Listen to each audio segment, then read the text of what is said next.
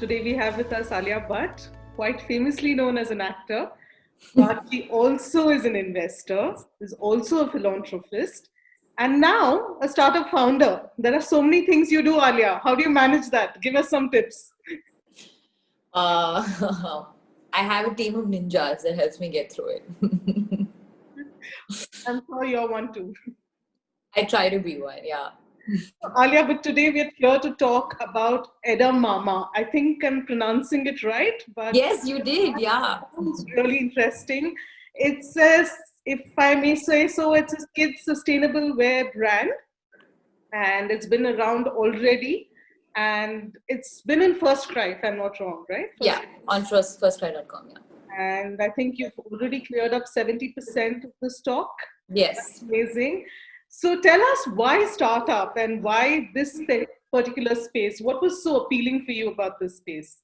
One day I was sitting with my team and we were just going through, we were just discussing. I wanted to start my own label. You know, when you become like semi-successful, you suddenly feel like, okay, why don't I have something that has, which is not just to do with acting, and I want to start my own brand. And I was always very interested in clothes and fashion and stuff like that. But when we actually got to discussing it, I just realized that there are so many labels already. There's no dearth of clothes or fashion, at least for my age group and above at this point. In fact, the competition is way too high.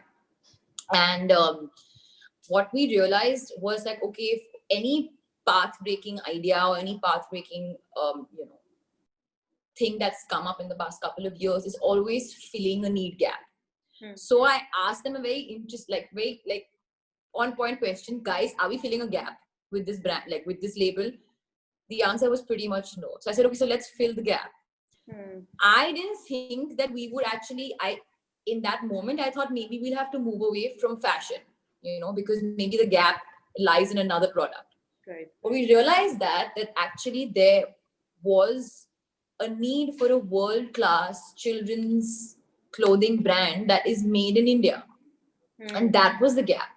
It instantly got my attention because simultaneously I was working on a story series. And that was of a little dog called Ed and his mama, who's a little girl. And that story was a series of stories that I was working on, again with the team, to kind of create this universe where this little girl and her dog go out on adventures and they save the planet from any ecological harm.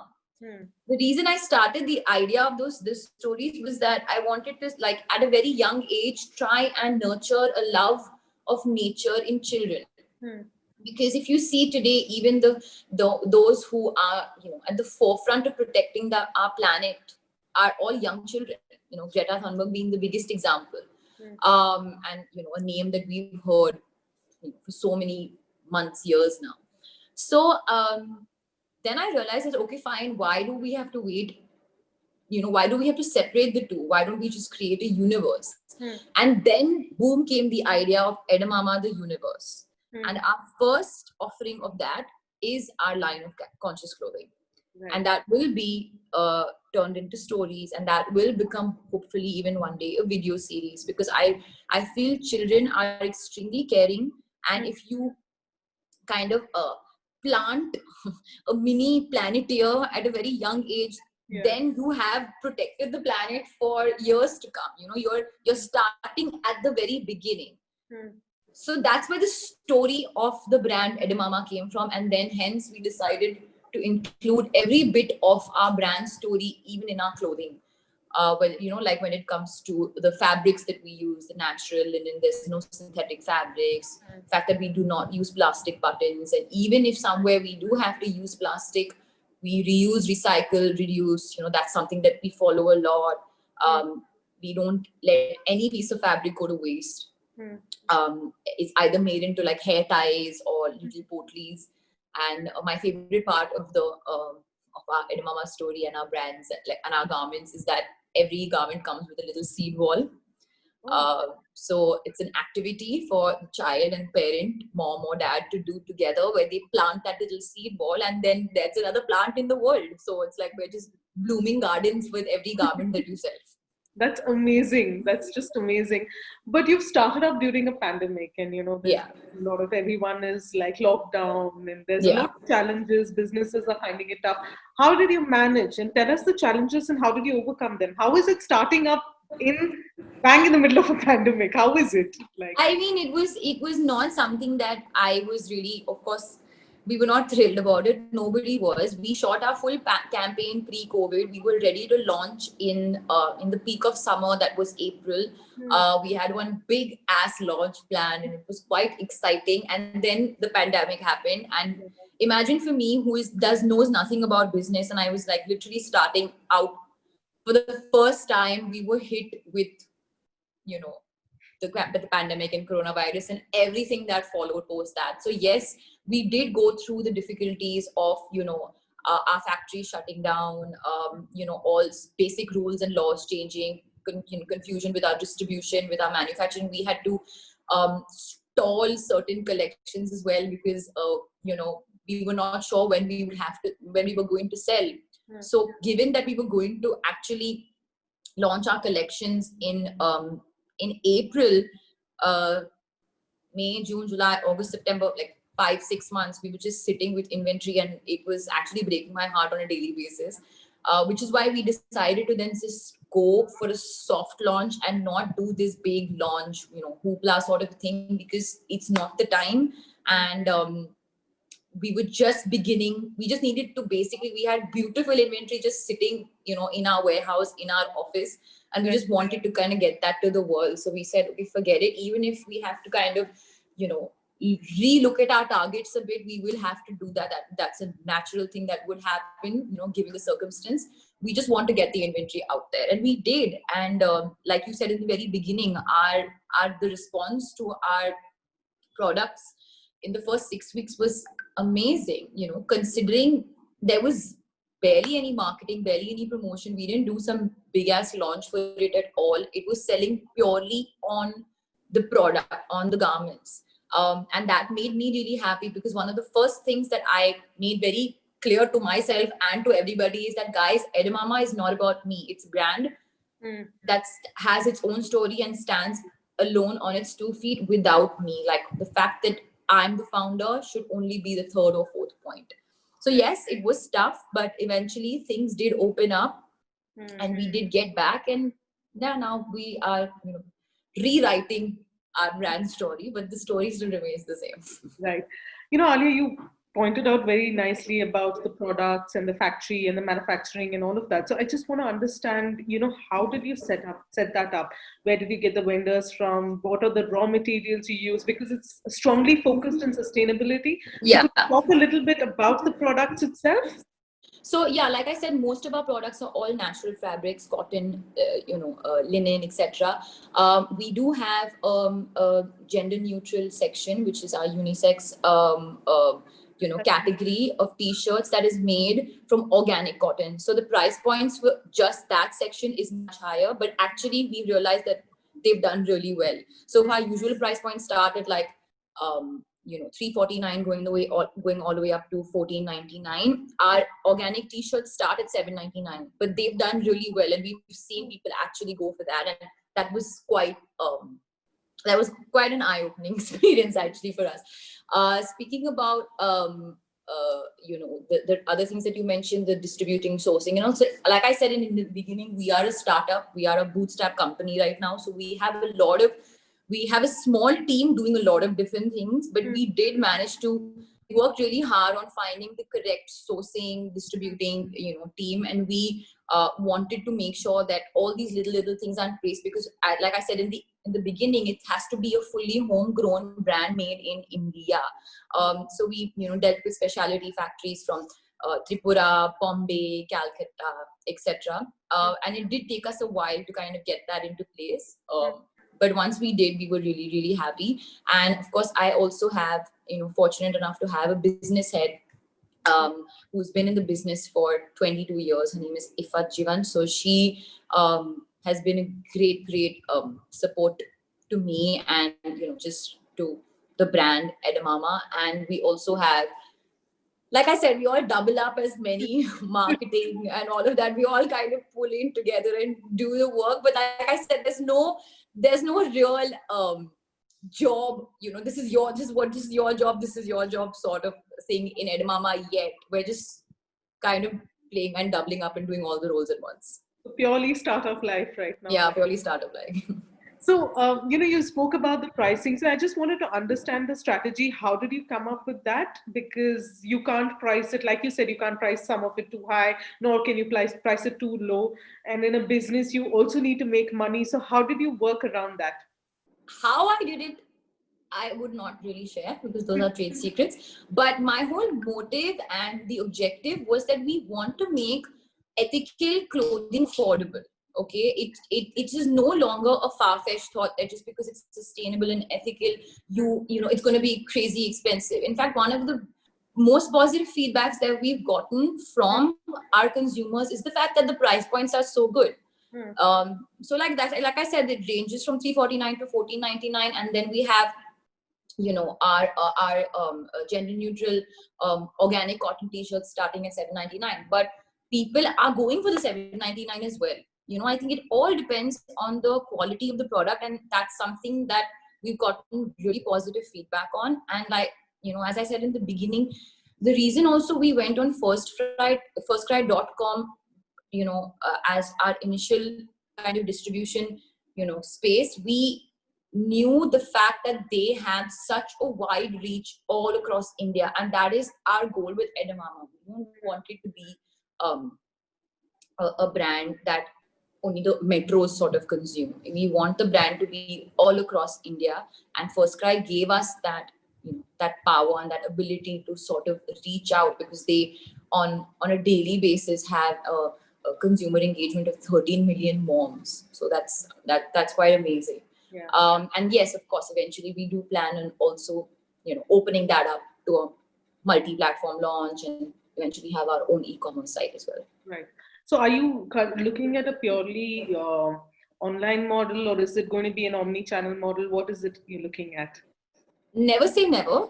But I think given this times that we're living in, especially for now, I'm right now, like I said, I don't know anything about business. So I'm driving everything purely by instinct. So my instinct says we should probably stay online at least for the next 2 years. Okay. Alia, acting is a full-time job, and I know you're shooting right now for your new film, and we can't wait for it to release. And then starting up, as you know, and entrepreneurship is a full-time job. How are you balancing the two? How are you managing the two? Are you looking at a co-founder? Does it work like that? How is it? Again, never say never. But I started off by saying that I managed to do all this because of my ninjas. So I have a brilliant team, and they are my backbone. And eventually, I know it's like a big thing that I'm now suddenly wearing the entrepreneur hat. But honestly, I'm just a storyteller, and even through my startup and through Edamama, I'm just trying to tell stories. I'm trying to create a universe that, like, I want Edamama to be a universe. Eventually, it's like every child is going to be like, I want to go and be with Ed and his mama. Acting, investing, philanthropy, what are the thoughts that go in your mind when you look at each project? When you start each project, how do you approach it? What is your thought process like? You did speak about Edamama, but I'm asking from a larger, broader perspective. When you approach, let's say, an acting project versus an investment decision or a philanthropy work, how do you approach it? What are the thoughts that run? Well, I've always said this, and I think that the best way to function, at least for me, is purely through instinct. It's my gut. And even when I'm investing in the people. I'm investing in their vision. And that goes similarly when I'm investing in a film. Like when I'm choosing to work with this director, I'm working and choosing to go with this film. I'm investing in the vision. I'm investing in what I think it could be like in the future. So that is something that, of course, you can use your head and do that, but I feel like the head stops at a certain there is a benchmark for the head. There's no benchmark for the heart. So the heart can just go all over, and somehow it kind of turns around and makes good decisions for you. And sometimes even if those decisions don't turn out so well, at least you know it was from here and you've learned from them. Right. Alia, as an actor, you wear different roles. You wear different hats and all of that. Did you ever feel or think back, an entrepreneur's life is like this and it's going to be so different? Or do you see some similarities between the two, between an actor's life and an entrepreneur's life? No, there's no similarity.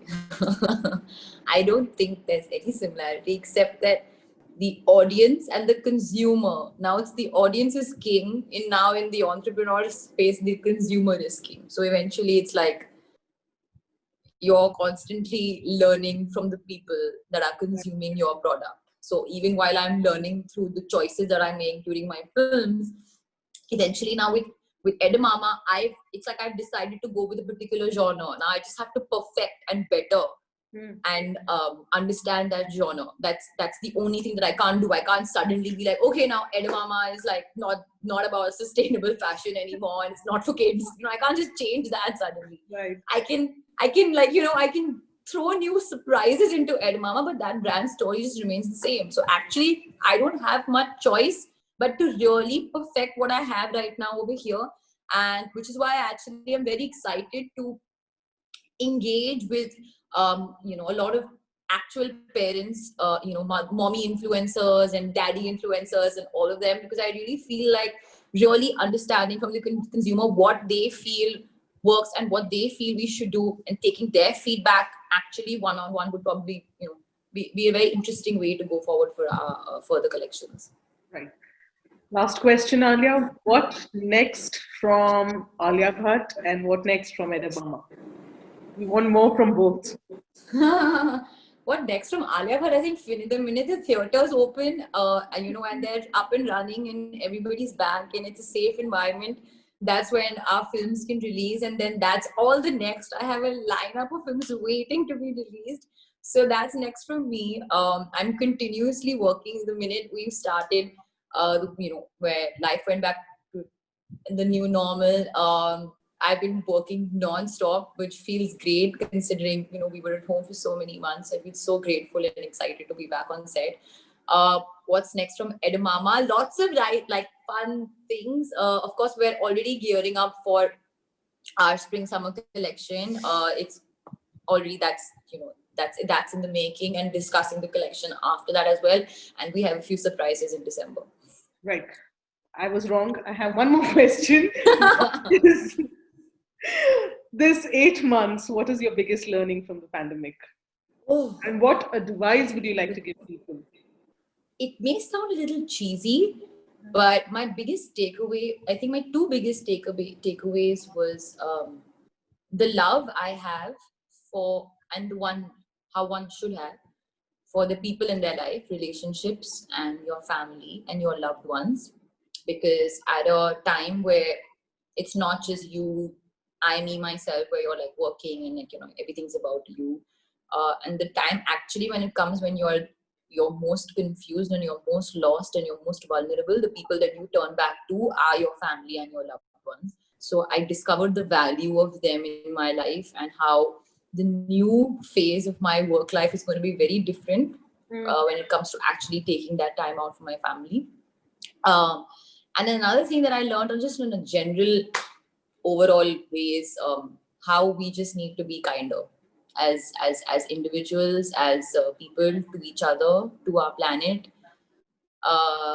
Kindness, it goes a long way. I've seen a lot of hate that was just not pleasant to watch from every angle.